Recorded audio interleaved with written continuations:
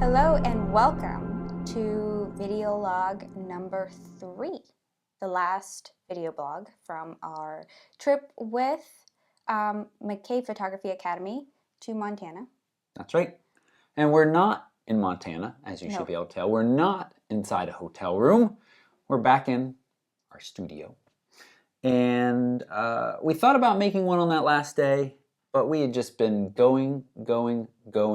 We're very tired. We were pretty tired. And you think, well, that's never stopped you from making a video log before. No. But we wanted to take some time, look through our pictures, our videos, and just share a little bit more of what we've been actually doing on the trip than just talking about it. Yep. So that's why we're doing it now.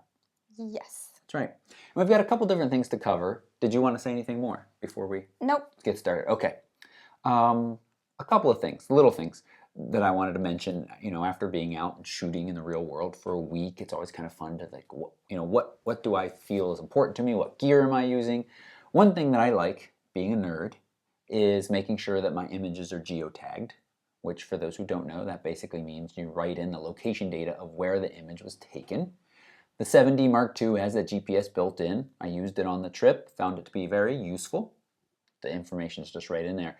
But I also shot with my 5D Mark III a lot, and I have that little GPS unit, but it never seemed to get a lock on this trip. Now, other times in Italy it was fine, and it may be because the last time I used it in Italy, it needs a long time before it gets a lock on the satellites again. But man, it never did. So I just kind of forgot about it and used MyTrax on my phone. That's an Android app, but there's also geotagging apps for the iPhone as well. So how do you match them? They're just matched by time in Lightroom? Yep. Is that correct? So one thing that I'm very proud of about this trip, I think it's the very first time I made sure all of the cameras were synced time, like we do before weddings, but I made sure that they were all in the right time zone also. And I often forget to do that. So they all had the most correct time from the beginning of the trip to the end of the trip. And then you simply bring in the track from the phone, put it into Lightroom, in the map module, and you simply load track. So I used MyTrax, but you could also use the geotagging app. And I also used my watch a couple of times, but I haven't brought those tracks in as well. And you just simply say load track log and go find the GPX file that you used. All right. So I wanted to mention that. The other thing is just another plug for FP gear. They nicely provided some of these units for the giveaway. I think I have one more to give away because there is still one giveaway coming. But just this is another thing I really like. With the Black Rapid strap, it's always on the bottom of the camera and there's no fiddling when I'm ready to put it on a tripod. Then I just flip that down and put it on a tripod. For those who didn't watch our second vlog though, our Me Photo, can you reach that down there? Our Me Photo tripod is a little sadder. Wah, wah. It's a little, And somebody said, well, how does the leg just fall off? Quality control. I don't blame Me Photo for this because the snowmobile ride was so bumpy that, they just got loose and I guess just kept getting looser and looser, even though I checked it a couple of times because I realized that they were getting loose.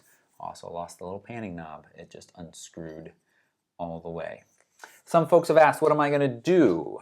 Well, budget is really tight right now, so the first thing I'm going to do is I'm going to write Me Photo and send them a picture and say, look at my tripod.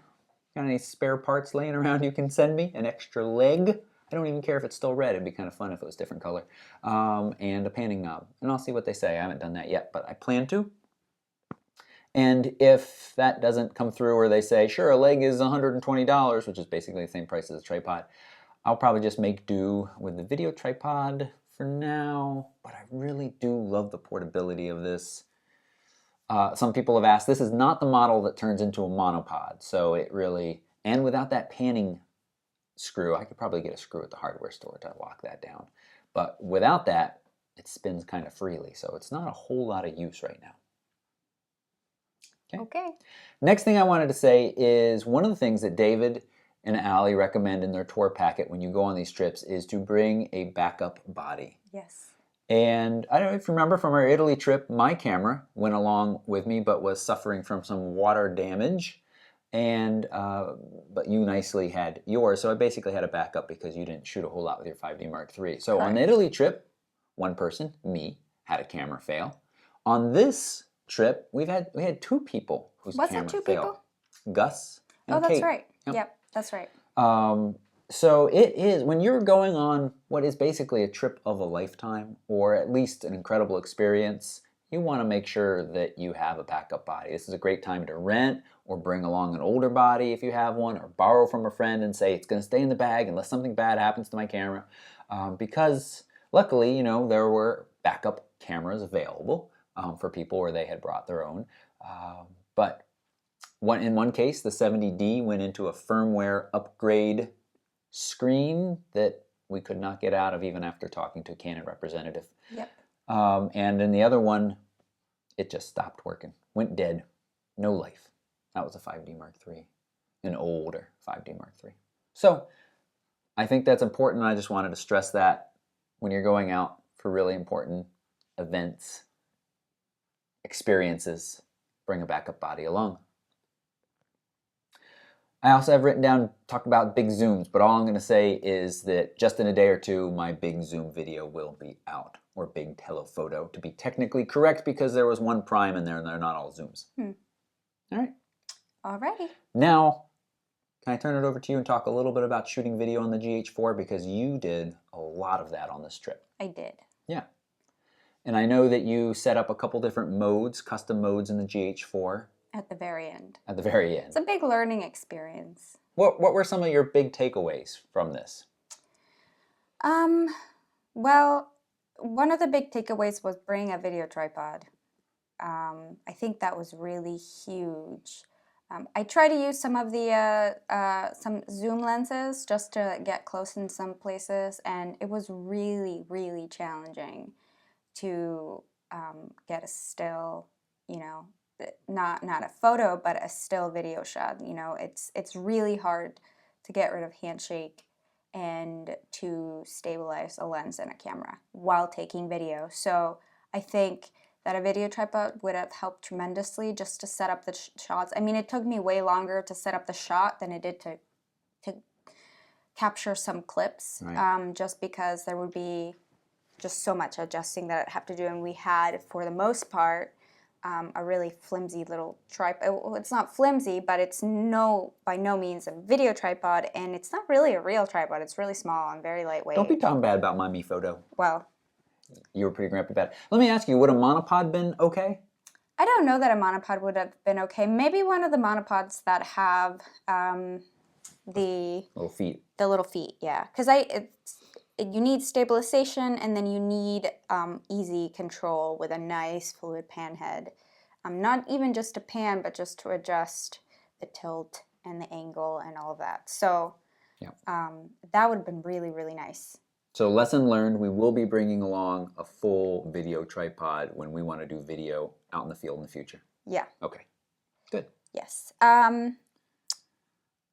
Second takeaway. I don't really know. I wish I'd shot in neutral more. And I wish I had a Zacuto Z finder, is that? Yeah. Because it's really, really extremely difficult to tell whether or not there's focus. Even when you zoom in with the GH4, it's really, really hard. Even using the viewfinder. Well, you can't really use the viewfinder and adjust and do all of that at the same time. Yeah. It's just... So for those who don't know, a Zacuto is kind of like a loop that fits on your LCD screen that lets you put your eye to it. You're getting a bigger view, a magnified view sometimes of the image. Yeah. Yeah, okay. Yeah, and I wish I had shot in neutral more. I don't think that... Picture profile. Picture profile, yeah. Mm-hmm. I don't think I shot in a very neutral picture profile. So now it's a little bit harder to edit. It's not too bad. I think I'm just used to the flexibility of raw files. Right. But, yeah, remember, for those who don't know, video is very similar to JPEGs. You do not have much latitude in working with it. A little bit more in the GH4, but if you're shooting one of those picture profiles that kind of bakes in some crunchiness, little ups the contrast, ups the saturation, it really does limit you in what you can do. Yeah. So, but I still walked away with some pretty decent footage that I am happy with. You want to show us some? Sure. And I've been editing it, color correcting it in Photoshop, actually, of all places. I tried Premiere, but I'm not super familiar with it. I'm not familiar enough with it to do good color correcting. It's been challenging. So I'm just going with what I know, which is Photoshop, and doing the best I can with that. And you can actually do pretty And good now why stuff with it. Photoshop and why not Lightroom? Because we've talked about being able to make... You can't use the develop module in Lightroom in order, with video. So you're only limited to, I should look into that because I mean, I could apply my presets and make it kind of look a little bit more like my own footage, but for my own style, whatever. But yeah, no, I should look into that. But for now, Photoshop seems really fast. The other thing is Lightroom is really slow. Right, yes it is. So I like Photoshop. Especially when working with 4K files. Yeah. Yeah. Okay. So we have a couple of clips here. This is from when we first drove into Yellowstone and one of the first overlooks that we arrived at. And it's only a 27-second clip, so it's a little long, so I might just stop it. But the idea of this was just to kind of capture the motion of the water, and there's a couple moose back there. And the sun was just starting to rise, so it was pretty dark out there. Mm-hmm. I will say why folks are watching this clip run of, I've been to Yellowstone before. This was your first time. And quick recap of this whole trip with McKay Photography Academy. The first couple of days were outside of Bozeman, Montana, working with Animals of Montana, which is an organization, really is Troy and a few of his employees, where we got to work with animals at really close ranges. I'm going to show you some of my favorite pictures from that in a few moments. Then we headed on down to Yellowstone, had a day of snowmobiling outside of West Yellowstone, and then a day of traveling into Yellowstone, obviously in the wintertime. Now, as I said, I've been to Yellowstone before and fondly remembered it as being an amazing place. It is the United States' first national park, and it's very clear when you go in there that was a good decision. It's just an amazing place with wildlife everywhere, and we were really blessed with some amazing weather, some amazing sights of the wildlife. So that really lucked out there. But not only is the wildlife, but you got these hot springs. I mean, the whole place is sitting on top of this giant caldera that we hope never erupts during any human's lifetime because it's probably going to be massive. Past eruptions millions of years ago were just made current volcanoes look like puny land. And we drive in on this experimental large tire vehicle, which was very cool. At first I was bummed because I wanted to take the tank track bus in, because that is what they let you do. In the wintertime, you have to either go in on a tank bus or a snowmobile, because they don't plow the road. You drive on top of the snow. Why do you say you would not go in on a snowmobile? It just seems a little loud.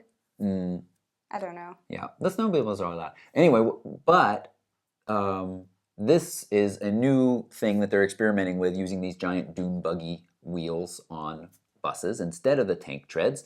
They're quieter. They allow then two vehicles to go in together, and it was nice. It was a really nice, smooth ride, and I think the driver said that the tank bus things are a lot louder and not as smooth a ride. So it was really nice. So anyway, we're driving in. The sun is just rising, and I've been talking too long, but you just saw that clip. We stop at that first place, and it was like, OMG. I mean, the sun was starting to come up. The river was misting. There were bison out there sweeping the snow aside with their heads and lifting up, and their heads snow. And it was just an amazing, amazing experience. And to be the only people there, too, this small group of people. No one else was around at this time. And this is one of the pictures I captured from that. I guess we'll just switch back and forth real quick. Yeah. Because I'm talking about this moment and I want to show it. This picture still needs some editing. This is a HDR made from 3 images of varying exposures. And it's got some heavy vignetting in the edges that I'm not quite sure where that's coming from, and I need to do some more correcting than that. But this overall look, I'm really happy with this image. And I will say that there are very few images that I walked away from Yellowstone feeling like, OMG, that's an amazing image. it was tricky to capture, and I'm okay with that because the experience was awesome. Right. I mean, there's nothing. It would be really difficult to capture really what it's like to be there. It's hard to describe it even, you know. It's just a really amazing place. Yeah. If you've been in the summertime, you know it's a pretty awesome place. I really would strongly recommend going on one of these winter tours sometime. It was really cool to be there in the winter. And we got lucky because the weather was really nice while we were there. Well, nice is relative, but it was, you know, very, very tolerable and comfortable, you know, especially when you're like distracted taking pictures and by amazing scenery. But there was that one time I left my gloves in the bus because I was like, I don't want to walk 5 feet back to the bus. I'll just go on this hike without them. And my hands felt like they're going to fall off. So, but it could have been way worse. Right. Okay, so I have another clip, and this is as we were just driving down into Yellowstone, through Yellowstone, and to me, one of the most special views was the hot pots, just from a distance, because I've never seen anything like that, and it was just really, really cool. And the sun was, you know, still kind of rising, and the light was beautiful, and there were clouds, and it was really cool. So this is another very short clip. Which that thing went away quicker. Yeah, and you can see some moose walking around in there too. Bison? Yes, bison. Sorry. Yep. And yeah, it was just a really, really cool sight. Now, with a clip this short, what are you going to do with that? Well, I'm going to cut all of these clips into one longer, and what the longer highlight clip will probably end up being between 1 to 2 minutes, 1 to 2.5 minutes. Pretty short still. So I don't really need, you don't really need to have super duper long clips. But it was hard. I mean, there are clips, like, for example, the beginning of this clip that I'm about to play that I wish I'd had longer, maybe just a couple more seconds, because I really like the composition and the shot. But I just didn't record for very long. But here it is. What maybe I'll do is layer over so people don't have to look at that play screen. I think this is a great clip that really kind of sums up the feeling in Yellowstone for a lot of this area that we saw, with the kind of the mist or the steam from the geysers wafting over the snowy landscape, and the bison roaming, and the blue skies in the background. Yeah, so that was another one of my favorite clips. And here are more hot pots. Now, technically, they're not all hot pots. Okay, springs, geysers, fumaroles. They're all different types of geothermal activity features. Okay. The nerd. I'm a nerd. And you can tell, so one of the reasons that I like this clip, and as well as the previous one, was because I was shooting with a really, really long zoom lens. I think I was shooting with, I may have been shooting just 100 to 400. No, not at this time, because remember, we did not bring it into Yellowstone. Okay, so must have been the 70 to 200 with the extender then. The 2X extender. Yep. So it was, 400 was the longest. And it was hard to keep it, to maintain it, still. Was that handheld or was that on a tripod? It was on a tripod. There's no way I could have gotten this footage on handheld. But you can see kind of what would you call the little, is it like steam, or is it just the shimmering of the heat? Yeah, the heat. Yep. Yeah, you can see it. And it's a little shaky, but I think I can fix that. But it was just cool to be able to have that kind of reach. Here is a video from the Animals of Montana. Okay, so we're going back before Yellowstone. Yeah. Okay. I did some slow-mo video with the GH4 of a mountain lion running, kind of running, and then jumping. It was really hard to get footage of these guys because they were fast. They were very fast. And using the GH4 with the zoom lens, you were manual focus only. Right. I was manual focus only for everything. Yeah. So it was kind of tough, but I am pretty happy with this. And this is slowed down? This is not slowed down. This is captured in slow motion. Okay, captured in slow motion. Is that the same thing? Well, slow down to me seems like you would have slowed it down in post-production. Okay. That's what that means to me. Which the GH4 is able to, you're able to set up, and this is one of the things, one of the custom functions you did towards the end, you're able to set up a variable frame rate and shoot at a very high frame rate that then is played back in camera at 24 frames per second or recorded at 24 frames per second, which gives you kind of a nice, slow video. Yeah. So those are my favorite so far. I haven't gone through everything, but those are my favorite. And then I have two favorite pictures that I want to share. Okay. And this is one of them. And I didn't mean to put my watermark on there, but there it is. And this is two of the participants, Peg and Gus. And this is one of the last day, the day we were traveling back from Yellowstone to Bozeman. And it was, the scenery was just really, really, really amazing. Really, really, really amazing. Yes, it was just beautiful. It really was. And if you've watched my panorama video, this is the location from which I shot that panorama. David also flew the drone some, and I'll be talking more about some of this stuff in the coming weeks. Or try to do a better job of wrapping this up than Italy.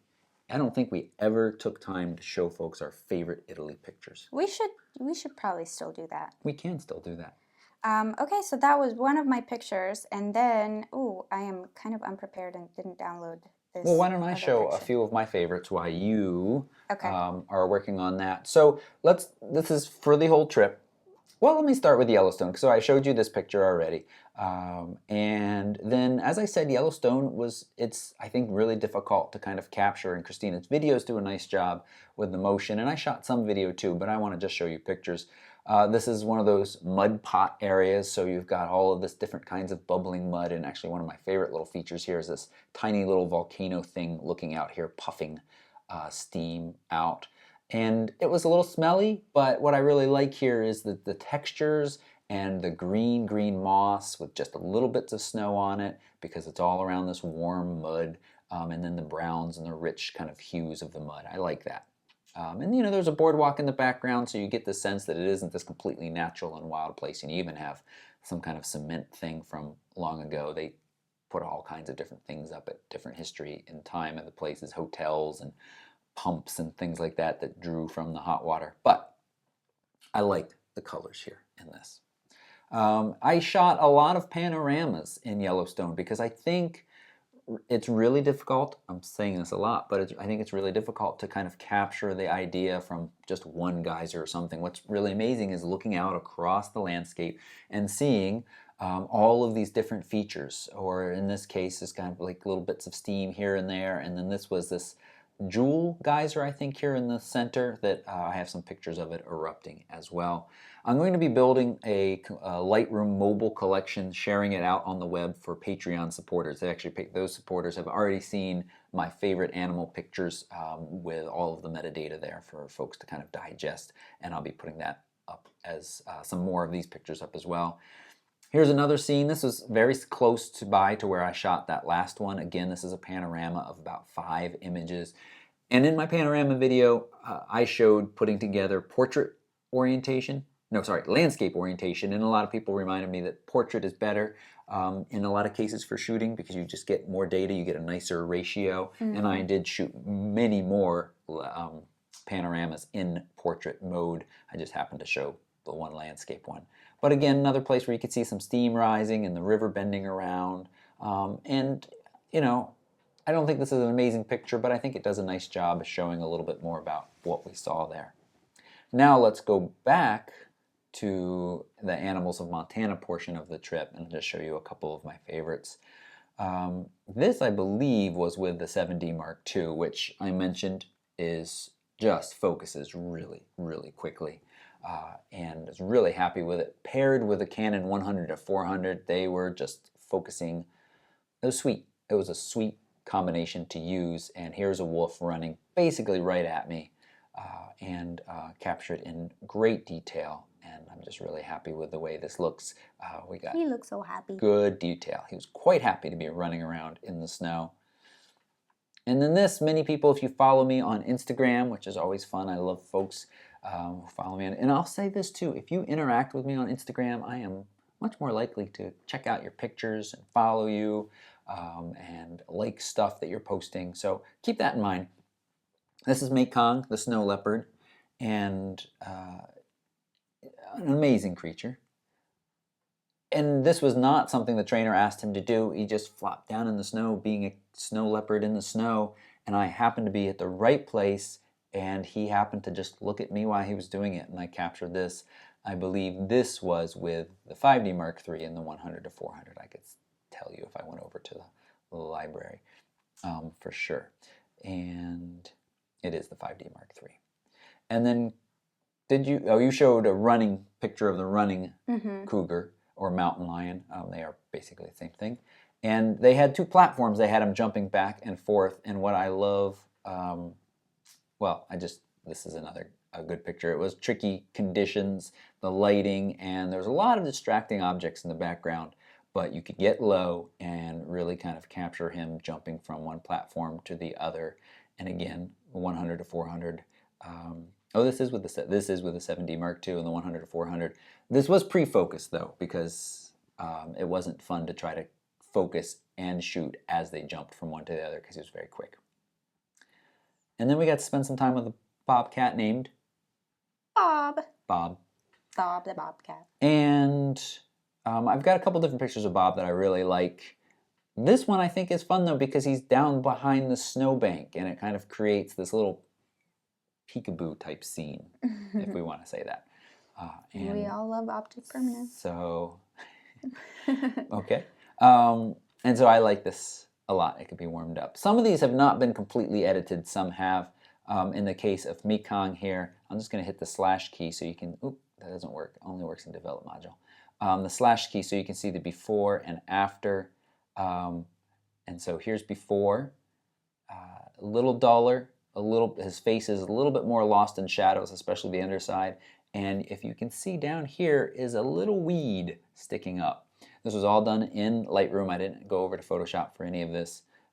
And I can see remove that weed and bumped up the saturation, the vibrance, just a little bit to give him back a little bit more color and really brought up the shadows so his face is a little brighter. And I'm really happy with the way this came out and just uploaded it to 500 pics a little while ago, which is where my favorite pictures go. Now back to you for your awesome picture, which Zach out there, when you posted it to Facebook, we thought it was from your Instagram. We thought it was giving you attribution, but it didn't. So it looked like it was a picture I posted, and Zach was like, "That's the coolest thing you've ever posted to your page." And I had to say, that's because Christina actually took it. Well, it's an awesome shot. Thanks. Tell us a little bit about it. Well, this is our stagecoach driver, Mike Sweeney, and he was a really cool guy. Stagecoach? Isn't that what it's called?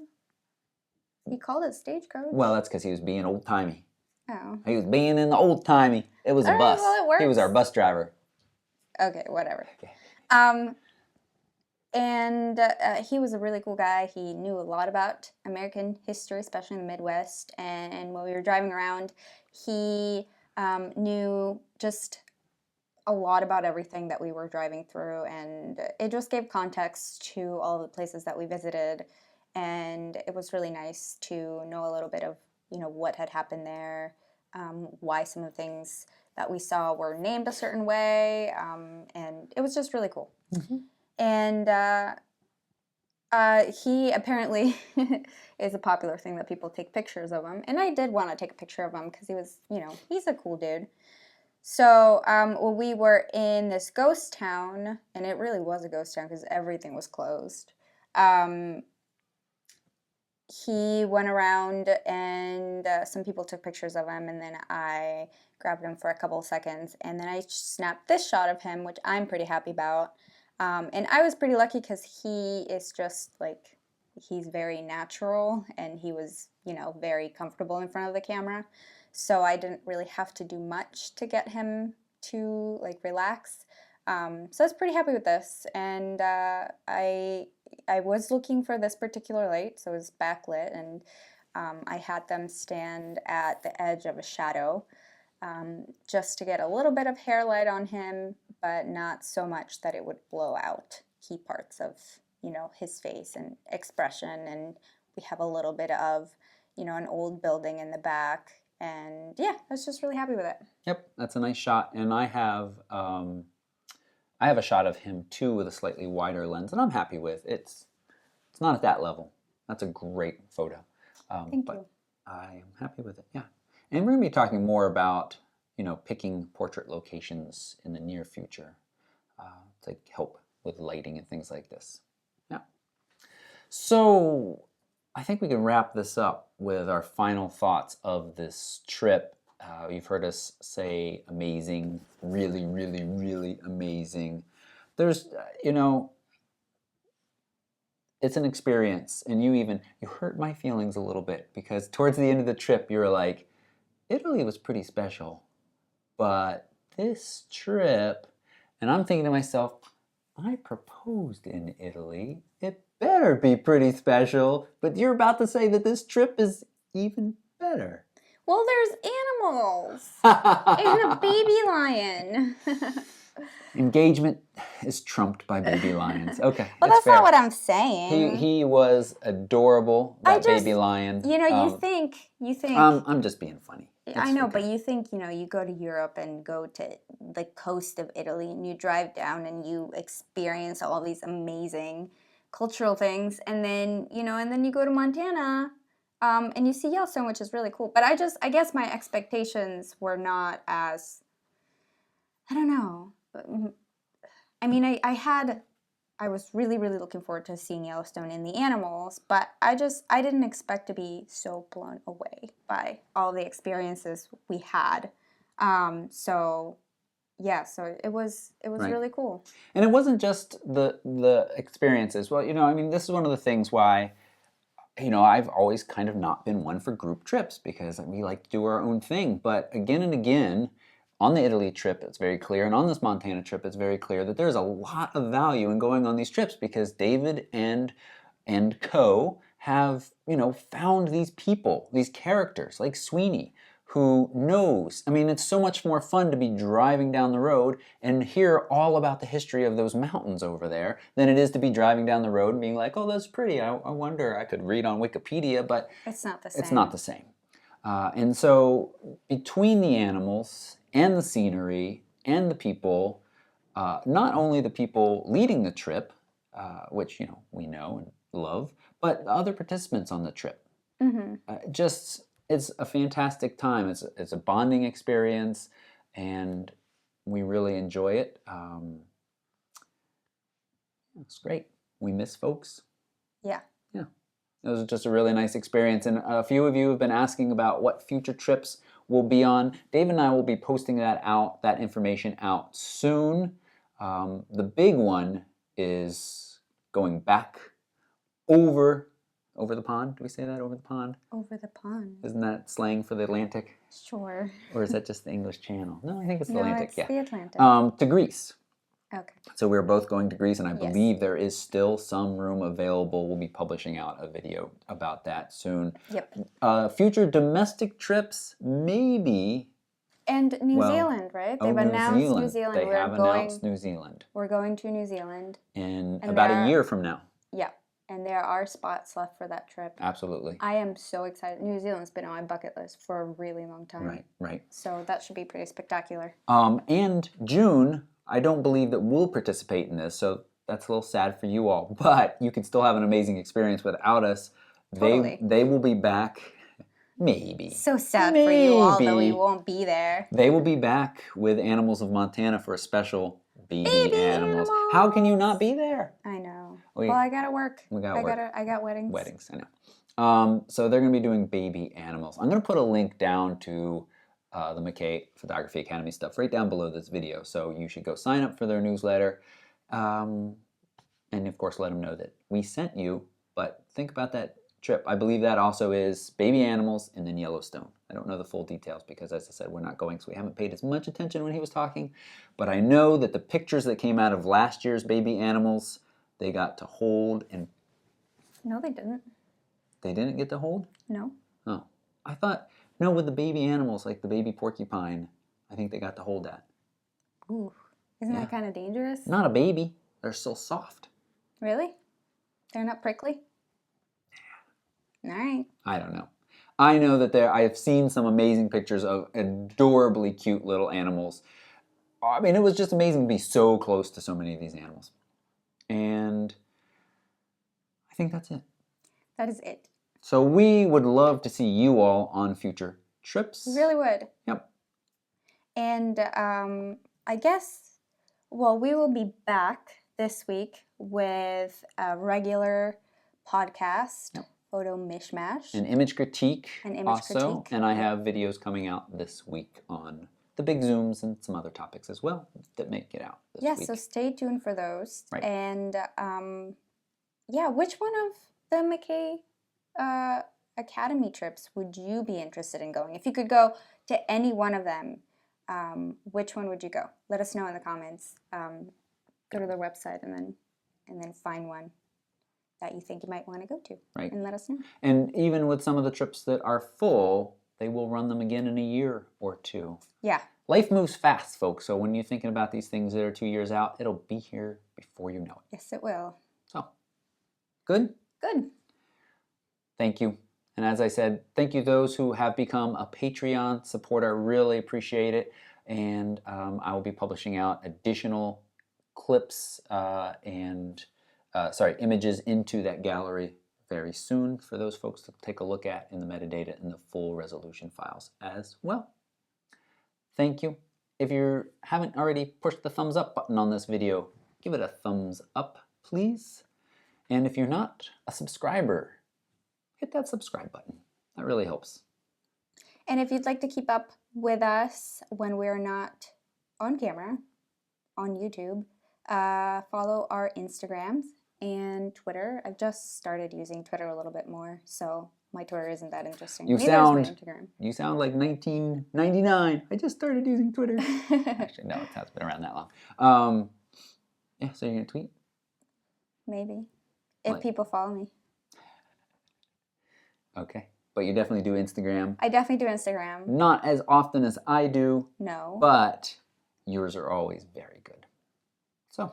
Quality over quantity, people. That is the way to make most people think that you're an amazing photographer. Be very selective in what you share. And on that final tip, we're going to say thanks for watching these. And goodbye.